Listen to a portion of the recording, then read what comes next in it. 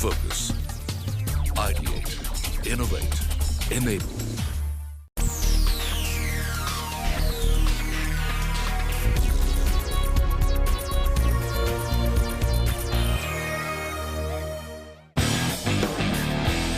On the sidelines of the 12th Auto Expo in New Delhi was held Forbes India Conversations in Excellence presented by Mercedes-Benz powered by CNBC TV 18, where eminent speakers spoke about how they have achieved excellence.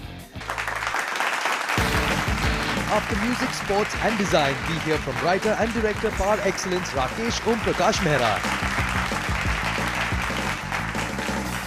India is a wonderful place. I was born and brought up in Old Delhi. It's a walled city. It's one of the oldest capital in the world today still, after so many civilizations have come and gone. We migrated to New Delhi, and my father, he was in a hotel, so we lived in a hotel. And that hotel was owned by Britishers at that point of time, and we saw a lot of foreigners. I started swimming there. I got my knack for swimming, started swimming for college, for school, for nationals, up to Asian Games, and heard a lot of stories about the great sportsmen of yesteryear, Dhyan Chand, Milkha Singh, Dara Singh, all that. And they were like folklore to our coaches used to tell us about them and how we don't work hard. Going to school, I was in Air Force Bal Bharati School in Lodi Road. It was an Air Force school, legally. They used to take some civilians. At the foyer of the school, there used to be a MiG aircraft, a MiG fighter plane, which we used to import from Russia. And every day, one used to look at the fighter plane and dream of flying it one day and say, I'm going to become a fighter pilot. And not just me, all of us. I ended up being punished under the plane for coming late most often, and still looking at the plane over me. Well, school happened, went into Delhi University. We just came out of, let's say, dark ages in Indian politics, the emergency. And those were my college years, 2 years later.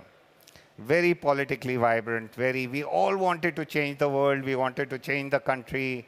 During the festival, talk and say, how are we going to change the country, how are we going to change the country, and then college happened, we all found our first jobs, settled, started worrying about your first bike, your first car, your first flat, apartment, marriage, and so on and so forth, a career, and the idea of India kind of faded away.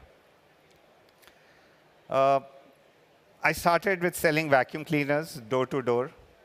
I couldn't sell a single one on my first month. And we used to get just 400 rupees. Everything else was sales target, so you make money.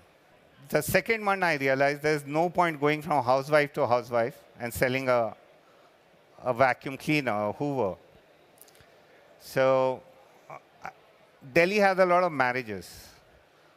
And they have a lot of these tent houses. You know, they spread a lot of carpets.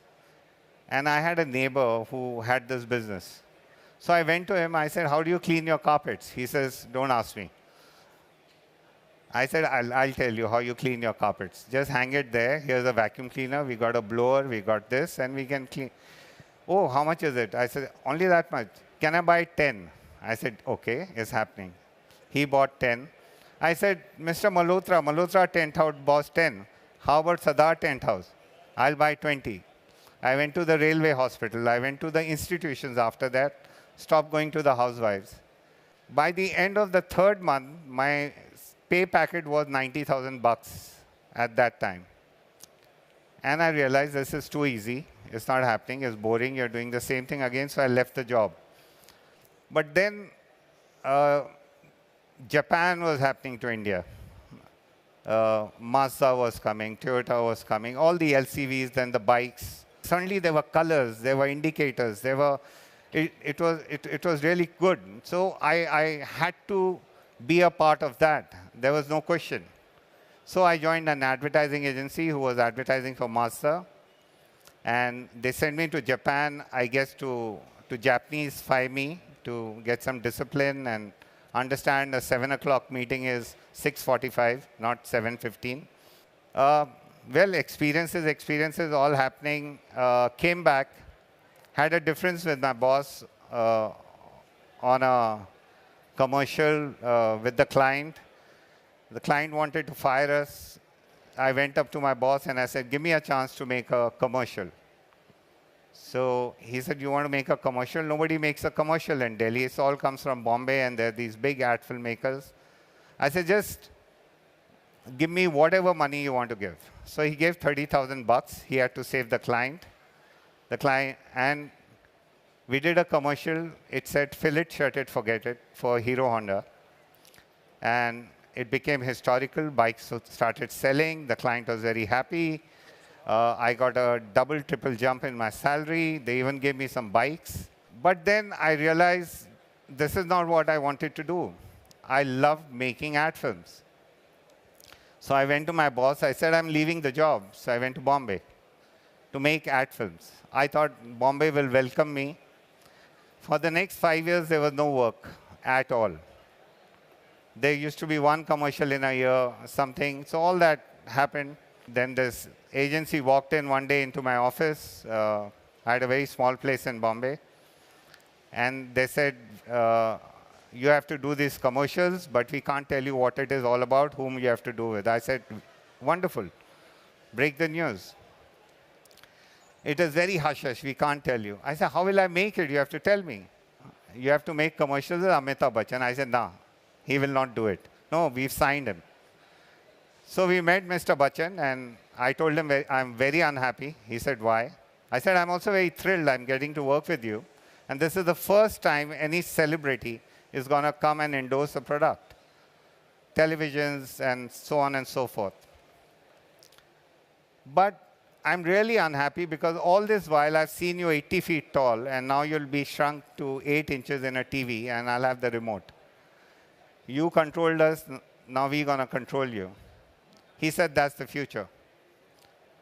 One thing led to another, and I ended up making my first debut film, Ux, with him. But there's something I don't know, is how to write a film. Writing a film was a very specific thing.